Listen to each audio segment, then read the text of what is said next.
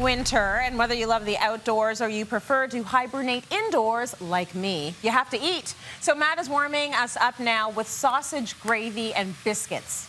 It's all about the comfort food. This is comfort food, if ever I've seen comfort food.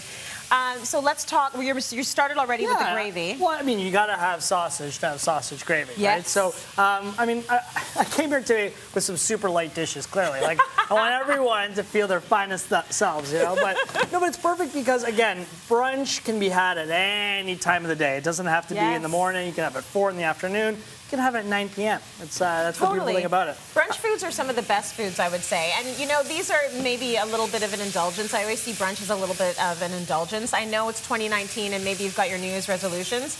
This isn't part of it, okay? You know what?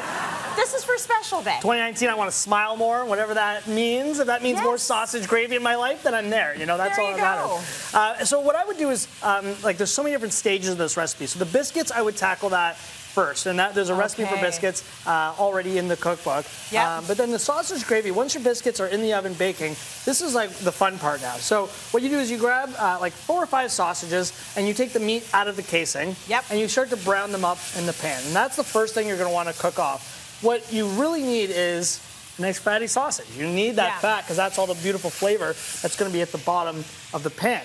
Right. Once that sausage is cooked off, which this one is now, you're just going to transfer the meat to a side dish. I love it when the chefs bring in these banged up dishes because I know that this is really what you were using in real life. Yeah, of course. Like this is the dish, no matter what happens to it, you are going to keep it. Like no one's throwing this out on you. It's presentation, this is real. right? This is real. Yeah, I love it. See those beautiful little bits there? Now we're going to just throw a little more butter. I've gone through a pound of butter since I've been here today. It's been a little bit of butter. Yeah, it's been a little bit of butter. A little bit. So now we're going to add some flavor to our gravy. So we have the butter in there, some fresh sage, finely chopped up. Now that cooks down quite quickly, so just keep in mind there.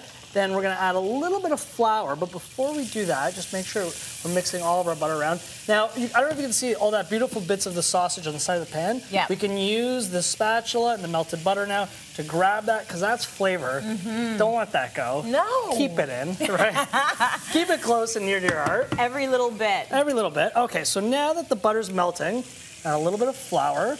Now, I like to, whatever the recipe says, use that amount, but add it in stages. I never think it's smart to like just dump everything in, especially when you're doing flour and butter together, because then it turns into a paste, which is exactly what you want. But if you add too much, it can get clumpy on you. Trying to get this flour in here, which is exactly what we're doing now. So you're thickening little by little. Thickening it little by little, and you literally want it to look like a paste. What happens if you screw it up? Just add more liquid. Okay, so you just worst case scenario, you have a lot more gravy on your hands. Like that's not a bad worst case scenario. All right. Okay, so now a little. Is that the liquid we're adding? There's 2 kinds of liquid. One is some champagne. All right. Whoa. That's very luxe. So 2 reasons. One, the effervescence of the champagne actually makes, despite it being a heavy gravy, a little bit lighter. Okay. And then the sweetness from that kind of brings down some of the salty sausage and all the other salty elements I like that. So what's the other kind of liquid? Milk. Because I feel like that's the good kind. A little more milk. Yeah, that's the bad kind. Our good friend. Milk. I filled it right to the top of that glass. Look at me go. Do you want to actually start to put some cheese down on our biscuits? Oh, sure. Right here? Right on top. Yeah, because so what you do is the biscuits are warm, but then when you add the sausage gravy on top of it, that's what allows it to kind of melt it. So now we're making this beautiful. Oh, I see.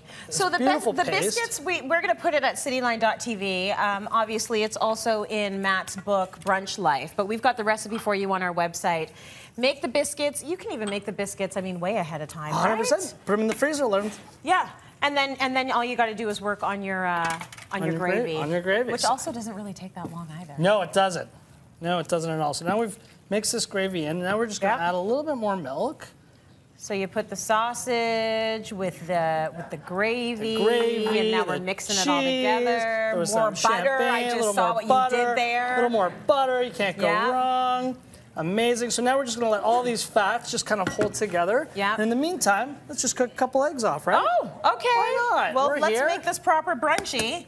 All right. So a little egg action here. I'm a sunny side up egg guy. So am I. I hear over hard in the restaurant, I freak out. What does over hard even mean? It means no fun is left in that egg.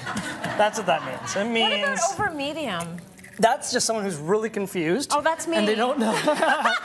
Like anyone who, like same with meat, like medium well steaks. I'm like, so hold on a second. You want it cooked all the way through, but not quite. But not quite all the way through. Right. Yeah. So it makes no sense to me. I just ride the line on that. I have a hard time with that one. Okay, so over easy it is. For me, no, sunny side up. I mean sunny side up. Sunny side up. Sunny side up. So you need a nice pan there. So the idea of it, you want that nice runny egg to kind of break into your gravy, break into your biscuits. And what's great about it is that you can kind of make a sandwich out of it, kind of not make a sandwich out of it. Oh, I would totally make a sandwich out of that. Right? For me, I make a sandwich out of everything. Right. As long as there's 2 pieces of bread, there's a sandwich happening.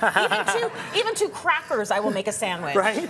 But I need to make a sandwich. What did we say earlier? You come from a long line of breaders. We're bread people. We're bread people. We are bread people. I was raised by bread people. I have created bread people. 2 children are bread people. Like, we love bread. Whenever One of them said they were gluten-free. Yeah, right? I don't know. You're going to have to move out, kid. That's it. You're gluten-free. We don't even know what to do with Get a job. You need to contribute on the mortgage with that gluten-free business. I'm just okay. I'm going to slide it next year. I'm going to put that sausage gravy right over top of that cheese. Look at that. What? So diet time, everyone. Yeah, right? That's for one, right? That's serving for one. Absolutely beautiful. And then when these eggs get there, they'll get there. Those eggs go right on top. I'm just going to grab some fresh parsley. It needs some vegetables, right? It needs something. Parsley's a vegetable, basically. Kind of, sort of, not really. Okay. Cityline.tv for this gorgeousness. We've got a final version here with the eggs, but they look amazing. Matt, thank you so much.